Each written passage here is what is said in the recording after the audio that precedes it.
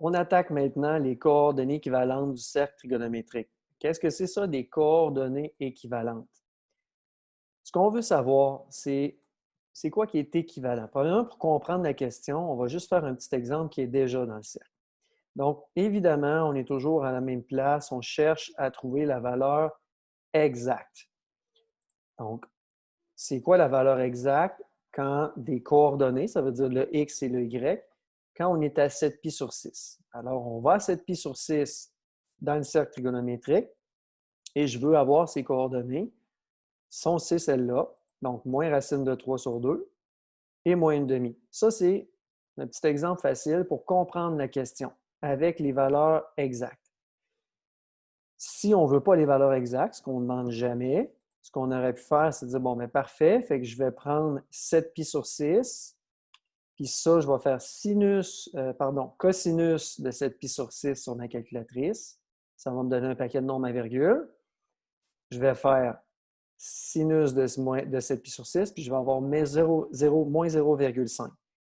Mais là, évidemment, on est mal pris parce qu'on veut les valeurs exactes et on n'a pas le choix de travailler avec notre cercle. Mais ce qu'on vient de dire, c'est important pour trouver la coordonnée en x, pas en y, c'est cosinus de l'angle, sinus de l'angle, puis l'angle ici, c'est 7 pi sur 6 radians. Qu'est-ce qui se passe quand on a d'autres choses? Bon, quand je regarde mon cercle, si on revient un peu en arrière, en regardant le cercle, je vois les coordonnées ici. Ça, ces coordonnées, c'est entre 0 et 360 degrés. Ou en radians, entre 0 et 2 pi radians. Donc, ce que ça fait, c'est quand on me demande c'est quoi qui est équivalent à moins pi sur 4, bien, moins pi sur 4, il n'est pas dans mon cercle trigonométrique. Pi sur 4, pour encore faire un peu de travail de conversion, c'est 45 degrés. Moins pi sur 4, c'est moins 45 degrés. Moins 45 degrés, c'est juste qu'on va tourner dans le sens horaire au lieu de tourner dans le sens anti-horaire. Donc, moins 45 degrés, c'est quoi qui est équivalent à moins 45 degrés entre 0 et 360 degrés? Maintenant, si on parle en radians, moins pi sur 4 rad, c'est quoi qui est équivalent dans le cercle que j'ai sous les yeux entre 0 et 2 pi rad? C'est ça le travail qu'on va faire maintenant.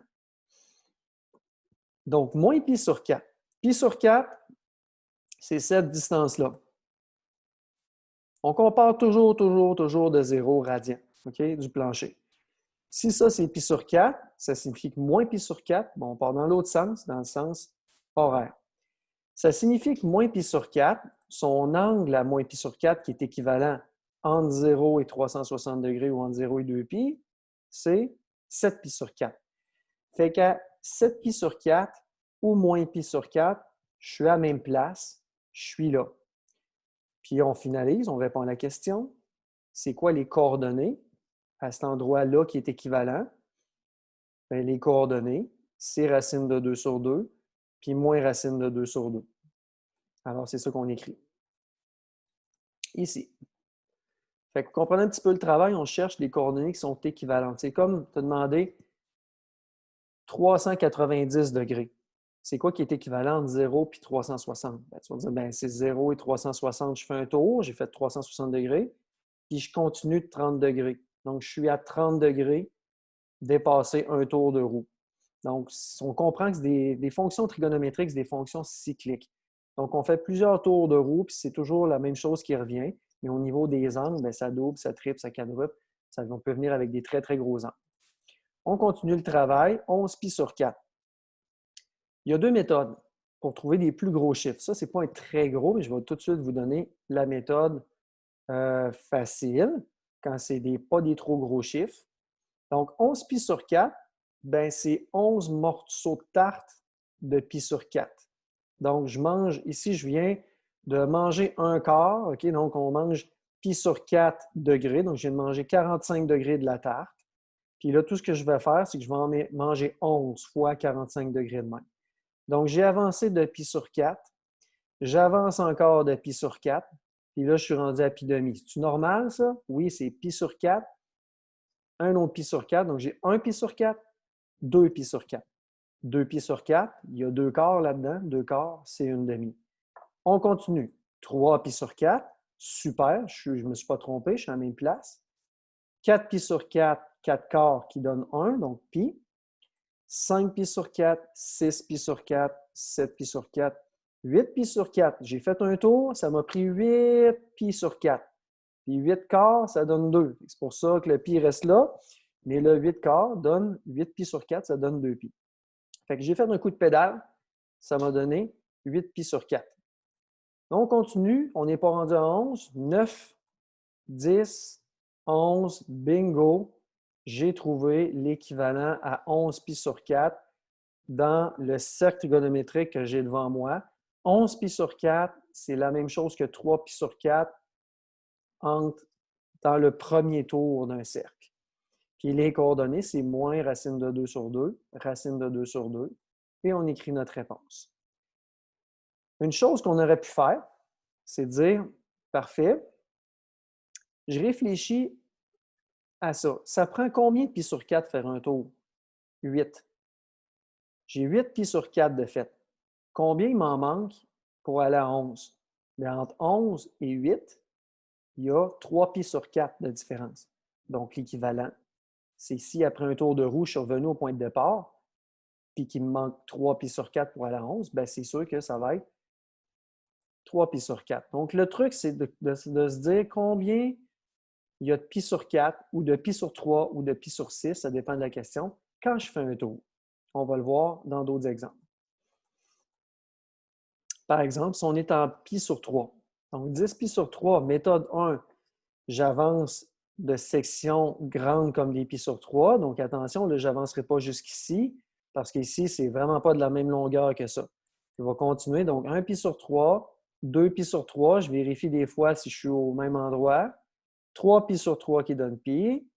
4 pi sur 3, 5 pi sur 3, 6 pi sur 3, 7 pi sur 3, 8, 9 et 10. J'ai réussi. L'équivalent à 10 pi sur 3, c'est 4 pi sur 3 radians, puis ces coordonnées sont là. Une autre méthode, méthode numéro 2, combien il y a de pi sur 3 dans un tour? 6, je viens de les compter. Combien il m'en manque pour aller de 6 à 10? Il m'en manque 4, c'est pour ça qu'on en a rajouté 4. Alors voilà, j'ai écrit la réponse ici comme ça. Moins 8 pi sur 6. Un autre, on va travailler avec des pi sur 6. On a travaillé avec des pi sur 3, des pi sur 4. On va travailler un peu avec des pi sur 6 dans le sens inverse. Donc, moins 8 pi sur 6. Moins 1, moins 2, moins 3, moins 4, moins 5, moins 6 pi sur 6. Moins 6 sixième, ça donne moins 1 pi. Donc, moins pi, OK, on est correct. Moins 7, moins 8 pi sur 6. Bingo, c'est ici. Donc, dans le premier tour, mais dans le sens inverse. Moins pi demi, des petits plus faciles aussi. Moins pi demi, bien, on va avancer de pi demi dans ce sens-là. Donc, pi demi, normalement, c'est là. Donc, je vais avancer dans le sens inverse parce que c'est moins pi demi. L'équivalent, c'est 3 pi sur 2, ici. Voilà les coordonnées.